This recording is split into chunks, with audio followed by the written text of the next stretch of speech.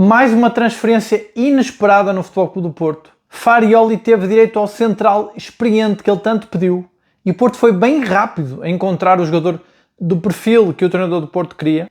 Já Bednarek, jogador do Southampton, é experiente, tendo em conta a idade dos jogadores do Porto, 27 anos, não é o mais experiente, mas naquele plantel convenhamos que sim, é experiente. É uma transferência de todo inesperada, mais uma. É o central experiente que o Farioli tanto queria. Há quem diga que é o fecho de mercado para o Porto. Há quem ache que ele vai ser o novo líder da defesa. Há quem ache que não.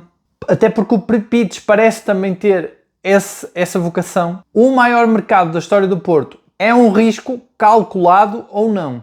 O que é certo é que se esta vai ser a última contratação ou não, está muito dependente de quê? De se o Porto vai vender mais jogadores. E nós sabemos que há jogadores ainda na linha da frente para sair.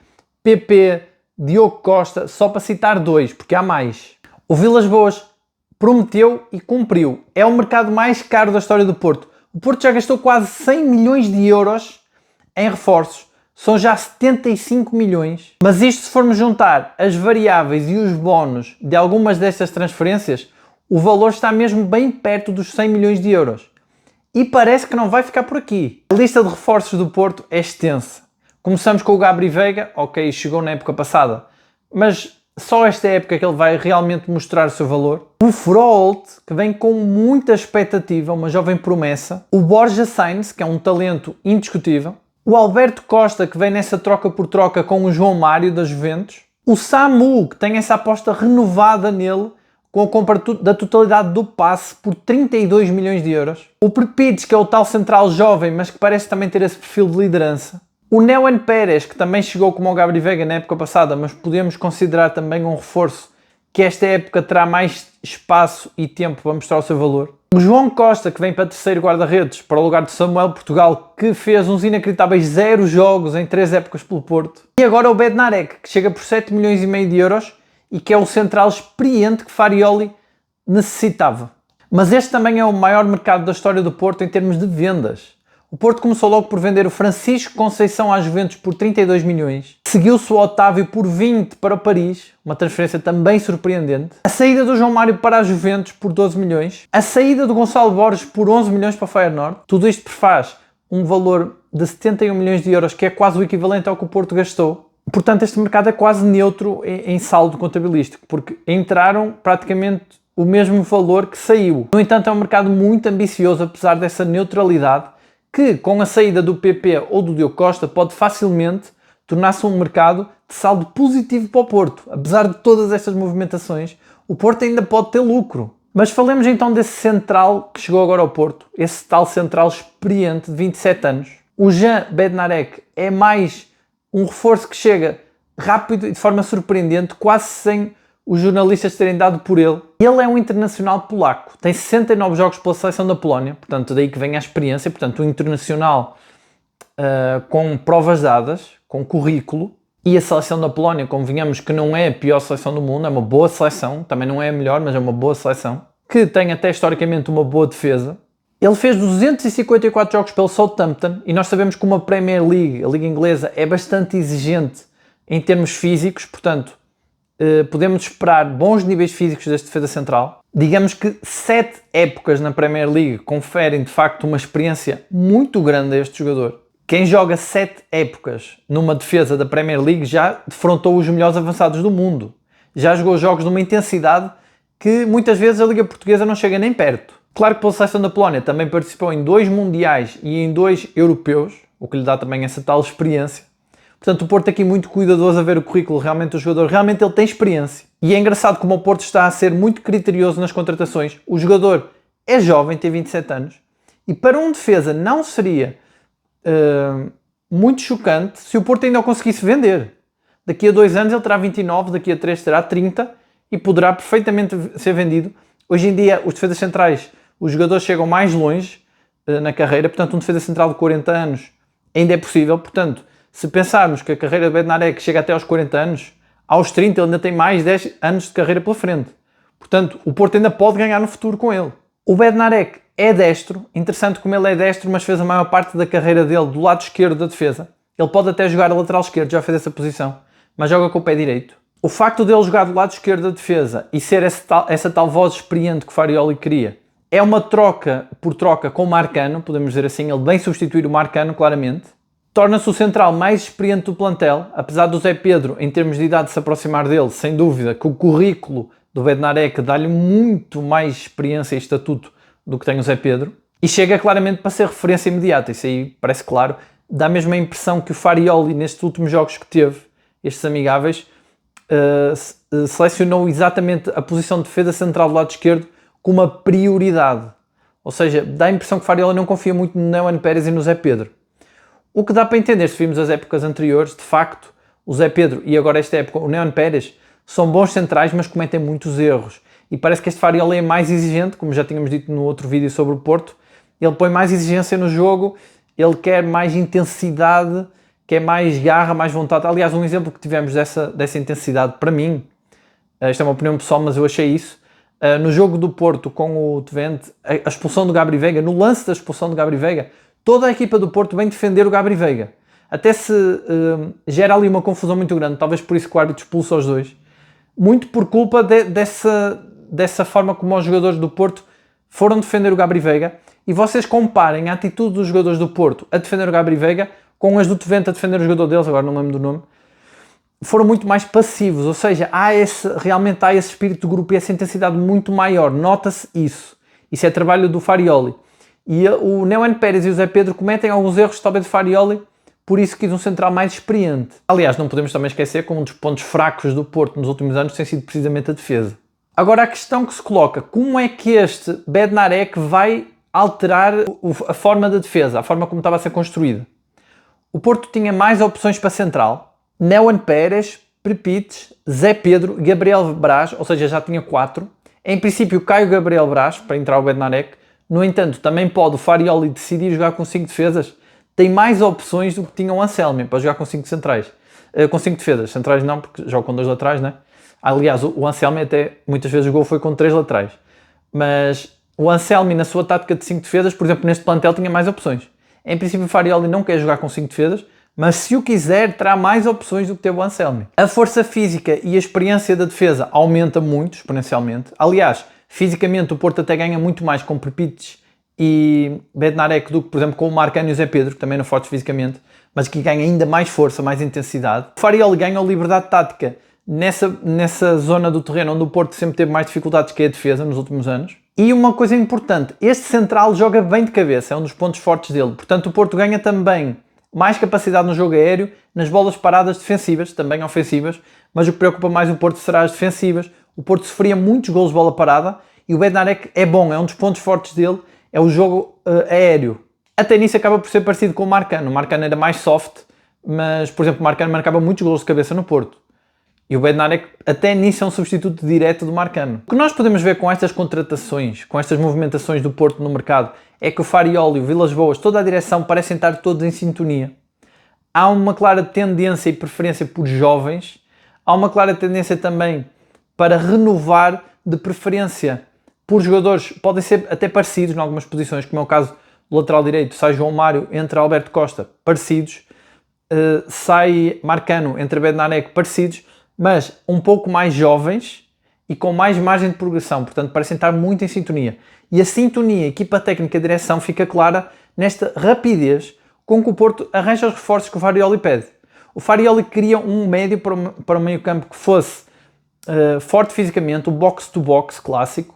O Porto tentou o Kenneth Taylor, que era o preferido do Farioli, não conseguiu, e imediatamente contratou o Froholt. O Porto está muito ágil. O Farioli indica que precisa de um defesa central experiente, e em pouco tempo, ou em poucas horas, o Porto já tem um central Bednarek. Ou seja, o Porto está muito ágil no mercado, não perde tempo, tem um perfil muito bem definido e ganha tempo, surpreendentemente ganha tempo, por exemplo, ao Sporting. O Sporting ficou mais lento por causa dos Jokers, só agora está-se a movimentar no mercado. E o Porto, que tinha um Mundial de Clubes que poderia atrasar todo este mercado, está mais ágil. Até a contratação do Gabri Veiga antes do Mundial de Clubes mostra essa agilidade do Porto. A mim surpreende-me muito. O Porto não costumava, nem nos seus melhores anos, o Porto costumava ser tão ágil nas contratações, até a forma como resolve as saídas. A própria saída de Francisco Conceição tinha tudo para virar novela, um pouco como aconteceu com o Gyökeres no Sporting, mas o Porto consegue resolver muito rápido, Estou surpreendido e é bom, o Porto está de facto... O Porto vai chegar à primeira jornada do campeonato já muito bem definido para o jogo com o Vitória de Guimarães. O Porto contrata também jogadores com perfis versáteis. Basta ver que este Bednarek pode até jogar a lateral esquerdo. Basta ver o Gabri Veiga, que também faz ali várias posições de meio campo, assim como o Froholt. O próprio Borja Sainz também pode fazer várias posições. O Farioli gosta dessa versatilidade. Basta ver que o Mora entrou para o meio campo no jogo contra o Twente, ou seja, ele quer essa versatilidade dos jogadores. O próprio William Gomes a jogar do lado direito, que até jogou bem. É um plantel com muita profundidade, claramente a pensar já nas provas da UEFA também. E todos estes jogadores que o Porto apostou têm essa característica então em comum de que podem valorizar-se, têm uma grande margem de progressão para vendas futuras. O Porto parece querer entrar aqui neste ciclo que já há alguns anos já foi forte, há uns 10 anos atrás o Porto era muito forte nisto, de renovar sempre, vender jogadores, comprá-los com grande margem de progressão e vendê-los ainda mais caros e pagar os plantéis seguintes com essas vendas. O Porto parece estar a entrar outra vez nesse circuito, nessa forma de atuar no mercado. Agora, esta primeira onda de reforços parece estar fechada. Não estou a ver outra posição. Claro que o Porto pode contratar ainda um avançado, pode contratar um ou dois médios, pode contratar um lateral, por exemplo, o lateral esquerdo para o Zaidu, mas dá-me a impressão que o Porto vai parar por aqui. Não houve assim mais nenhum pedido expresso de Farioli, como o do defesa central e do médio. Talvez o Porto agora vai esperar para ver, porque agora tem dois pesos pesados, principalmente, que é o PP e o Diogo Costa, e o Porto vai esperar para ver se alguém faz propostas, talvez alguma saída, obriga a mexer, mas para já parece que o Porto vai estabilizar aqui e que é mais ou menos este o plantel que o Porto vai contar. Mas vamos lá então olhar para os jogadores que podem ainda sair e que podem fazer com que este mercado do Porto bata ainda mais recordes. Temos à cabeça o Diogo Costa, que por ser guarda-redes tem as opções mais limitadas, mas clubes grandes como Manchester City e PSG parecem estar em risco de perder os guarda-redes e o Diogo Costa perfila-se como primeira opção para esses clubes grandes porque é de facto um dos melhores guarda-redes do mundo e o Porto não vai ter capacidade financeira para competir com eles. Se eles quiserem chegar à frente, eles contratam. O Manchester City ou o PSG, se quiserem, compram o guarda-redes do Porto e o Porto não pode fazer nada. O máximo que o Porto pode fazer é vendê-lo o mais caro possível e ir contratar um outro guarda-redes. Rodrigo Mora, eu não ponho de parte esta possibilidade. Eu continuo a dizer que o Rodrigo Mora tem uma cláusula muito baixa para o talento dele. O facto de ele não ter jogado a titular com o Twente já põe aqui alguns pontos de interrogação, já levantou algumas dúvidas. Quando eu vi que o Rodrigo Mora não ia jogar de início, ok, entendo que o meio campo do Porto seja o meio campo mais de luta, com Gabri Veiga, Froholt e Varela, mas o Mora podia ter jogado a extremo, jogou o PP. Para mim já soa aqui qualquer alarme. É possível que o Mora saia, a cláusula não é assim tão alta, ele tem um talento incrível.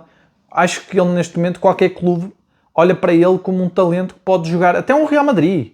Acho que qualquer clube do mundo olha para o Mora como um potencial titular, como potencialmente o futuro melhor jogador português, provavelmente. Depois temos o PP. O PP já era para ter saído na época passada. Esta época, estranhamente, volta a treinar e a jogar. Jogou titular contra o Twente, depois saiu, mas continua a jogar e não se fala muito, não há muitas notícias de mercado de clubes atrás do PP. Acho estranho, porque o PP tem muito talento, fez uma época má, é verdade, baixou um pouco o seu valor, mas também eu acho que os clubes sabem que o PP tem talento e sabem que está aqui uma oportunidade, porque o PP fez uma época má, não foi por falta de talento, foi por outras questões. Portanto, eu acho que os clubes sabem e acho estranho nenhum clube estar interessado no PP. No entanto, ainda ponho aqui na lista que o PP pode ser vendido, eu acho que sim.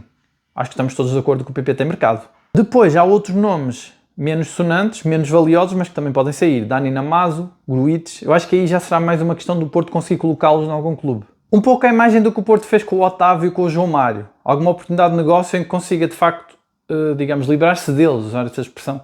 São jogadores que são esforçados, dão muito ao clube em termos de esforço, mas claramente não têm o talento, por exemplo, que os reforços que estão a chegar têm.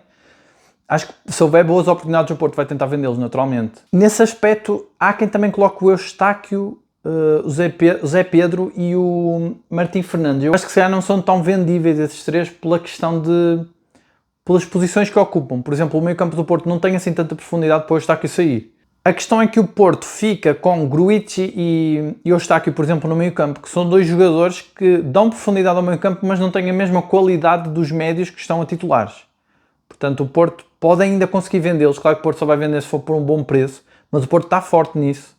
E claro, se conseguir vender, por exemplo, o Gruites por uns 15 milhões, digamos, seria um valor que permitiria ir buscar um outro jogador, mais uma vez com mais qualidade. Agora, quais são os pontos fortes então deste Porto que se reforçou tanto, que mexeu tanto no mercado? Eu acho que de caras, o meio-campo é um meio-campo mais técnico e agressivo. Este meio-campo com Gabri Veiga e Froholt ganhou uma dimensão estonteante. Se nós vimos o jogo com o Twente, o Porto está com muito mais presença no meio-campo, também porque é um meio-campo a 3. Já há muito tempo que o Porto não tinha um meio-campo a 3. E, bem, os três, junto com o Varela, Froholt, Varela e Gabri Veiga, fazem um meio-campo muito forte fisicamente e com técnica. Os alas são também mais rápidos e jovens. Basta ver que se jogar o Borja Sainz e o William Gomes, um de cada lado, são dois jogadores rápidos com técnica e jovens. Portanto, nas alas o Porto também ganha muito essa velocidade e técnica ao mesmo tempo. A defesa, sem dúvida, que ficou mais sólida. Então agora com a chegada do Bednarek, o Porto pode até jogar com ele e o Perpites. Portanto, são dois reforços que dão outra intensidade. De facto, fica mais agressivo na defesa. A baliza é sempre um ponto forte do Porto enquanto tiver lá o Diogo Costa, mas vamos ver se ele vai ficar ou não. Se ele ficar, continua a ser um ponto forte, claro. E depois, uma das forças deste Porto, que o Porto já não tinha há muitos anos, é um plantel profundo. Nós olhamos para o plantel e vemos opções. Coisa que não acontecia nos outros anos. Agora quero saber a vossa opinião. Vocês acham que o Bednarek pode ser um novo Pep ou um novo Marcano? Ou acham que o Bednarek não tem toda essa qualidade? O Bednarek tem provas dadas. Agora eu não sei, vocês acham que ele vai chegar a esse nível tão elevado? O que é que vocês acham das reais possibilidades do Porto para ser campeão? Naturalmente todos estes reforços foram a pensar em ser campeão, mas acham que o Porto está já ao nível Benfica e Sporting ou ainda precisa de mais para conseguir? E quanto a este mercado, foi um passo de gigante para o Porto voltar a ser uma referência internacional em termos de vendas e contratações, ou foi uma jogada demasiado arriscada desta direção que vai ter maus resultados? Quero saber a vossa opinião. Já sabem, deixem os vossos comentários, deixem um like e até ao próximo vídeo.